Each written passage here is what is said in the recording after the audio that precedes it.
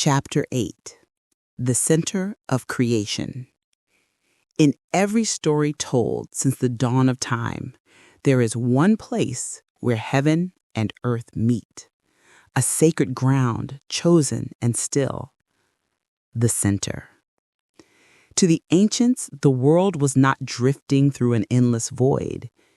It was placed, anchored within a grand design. Beneath the firmament, above the waters of the deep, the earth stood unmoving, silent, and alive. They believed it was not an accident, but the stage upon which all creation unfolded. Every sunrise, every star, every heartbeat was measured in relation to this place we call home. In the Hebrew text, Jerusalem was the navel of the world. From it, the rivers of Eden once flowed in 4 directions, feeding all lands under heaven. The prophets called it the foundation of the earth, the point where heaven's order touched human soil. The Babylonians called their city Babylon, the axis mundi, the pillar between the heavens and the underworld. They built their ziggurats as stairways to the sky, believing that at the summit, man could reach the threshold of the gods. In Egypt, the earth was a flat plain resting in the arms of Geb, while the goddess Nut arched above as the starry firmament. Between them flowed all of existence, the sacred space where life was born. In the Greek texts, Delphi was the center of the world, the omphalos, the stone of beginnings. They said Zeus released 2 eagles from opposite ends of the sky, and where they met, that was the middle of creation.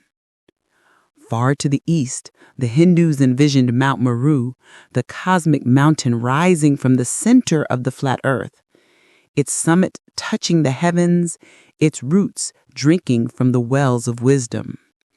Around it revolved the sun, moon, and stars, the universe turning in reverence to its heart. And in the Norse sagas, the world tree Yggdrasil stood tall at the center of all realms, its branches touching Asgard above, its roots drinking from the wells of wisdom below. Even there, the pattern remained. Earth at the center, heaven above, and the deep beneath. To the early Christians, this centrality was not geography, it was purpose. Humanity was placed at the heart of creation because it was loved, because it was chosen. Christ's crucifixion was said to have occurred at the very center of the world, a moment where heaven and earth once again became one. The Quran, too, speaks of balance and measure. He raised the sky and set the balance so that you may not transgress the measure. This was no random sphere adrift in emptiness. It was a world of order, a place with a center, a beginning, and a meaning. For those who lived beneath this vision, the earth was not small. It was sacred, the still point around which all things turned.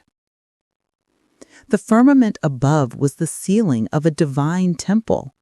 The sun and moon were its lamps, the stars were its carvings, and the earth, this flat, stable plane, was the floor of creation, built for life, for meaning, for beauty. When people looked to the heavens, they did not feel lost in infinity. They felt placed, known, seen. The cosmos was not an accident.